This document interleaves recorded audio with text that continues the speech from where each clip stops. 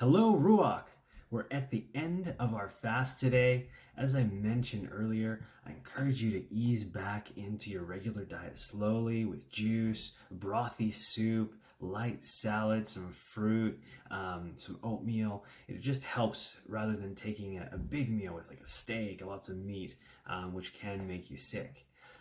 Today is day 8 after starting our fast, and day 8 has certain significance in the Bible. We know that Jesus rose the day after the Sabbath, which we oftentimes consider the first day of the week, and that's why Sundays is referred to in Christianity or churches as the Lord's Day sometimes, because that was the day that Jesus was resurrected. But there is a tradition going back a long ways in Christianity that also looks at this from a perspective of being the 8th day. And this is linked to the fact that Jewish boys were circumcised on the 8th day.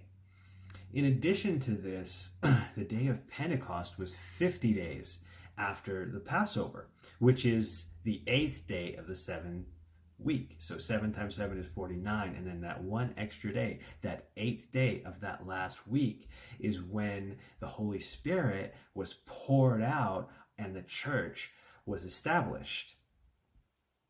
So the 8th day has that significance of representing God doing something new. It's a celebration of new beginnings.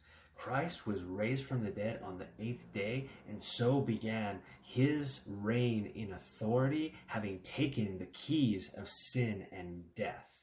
With the Spirit being poured out on the 8th day of the 7th week, a new beginning began with the church being established and the outpouring of the Spirit to empower believers to walk in the power of the Spirit. So this being the 8th day and the end of our fast, let's celebrate the new thing that God is doing.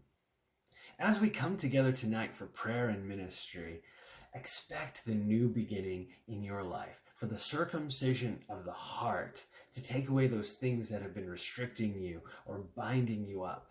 It is a time of healing, of forgiveness, and freedom as we move into the renewed place that God has for us. As I shared yesterday and previous days, I urge you today and in the coming days to continue in that secret place with Him. Let that be a pattern in your life, just like Jesus, constantly looking to the Father. As I mentioned, tonight is our prayer and ministry night at 7 p.m. at Kingsland Community Hall. Details are on our website at www.ruachcalgary.com. Have a great Friday, and I hope to see you tonight.